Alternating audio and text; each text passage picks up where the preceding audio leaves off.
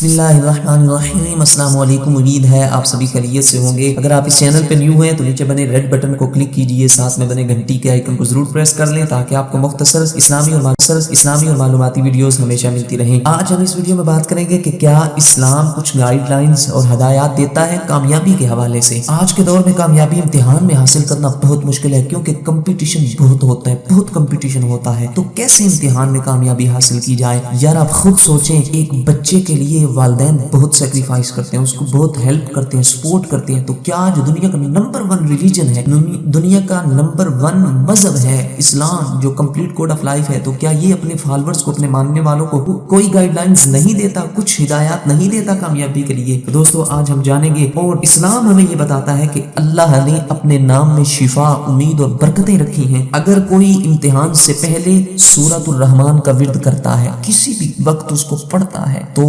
امتحان کو جائے انشاءاللہ العزیز، اللہ کے فضل و کرم سے ضرور کامیابی ملے گی۔ اور اگر کوئی چاہتا ہے کہ جو کچھ پڑھتا ہوں بھول جاتا ہے، جو کچھ سنتا ہوں بھول جاتا ہے، جو کچھ دیکھتا ہوں بھول جاتا ہے، چاہتا ہے کہ جو کچھ پڑھوں، جو کچھ سنوں، جو کچھ دیکھوں وہ بھولے نہیں، تو بالکل چھوٹا ایک لائٹ سا وظیفہ ہے، کیا کہ جب بھی پڑھنا چاہے اسٹڈی کرنے سے پہلے سورۃ فاتحہ الحمدللہ رب العالمین الرحمن الرحیم ہم ہر نماز میں پڑھتے ہیں، اس کو پڑھ لیا کرے، جو کچھ پڑھے گا کبھی نہیں بھولے گا۔ اور اگر امتحان دے چکا ہے، اب ریزلٹس کا ویٹ ہے، تو کیا کرے؟ عشاء کی نماز کے بعد بالکل چھوٹی سی سورت ہے سورۃ النصر، اذا جاء نصر اللہ، اس کا وظیفہ لازمی بنا لے، انشاءاللہ العزیز اچھے نتائج کا حصول ہوگا۔ ویڈیو اچھی لگی ہو تو لائک کیجئے گا، اپنا بہت سارا خیال رکھیے گا۔ اللہ حافظ۔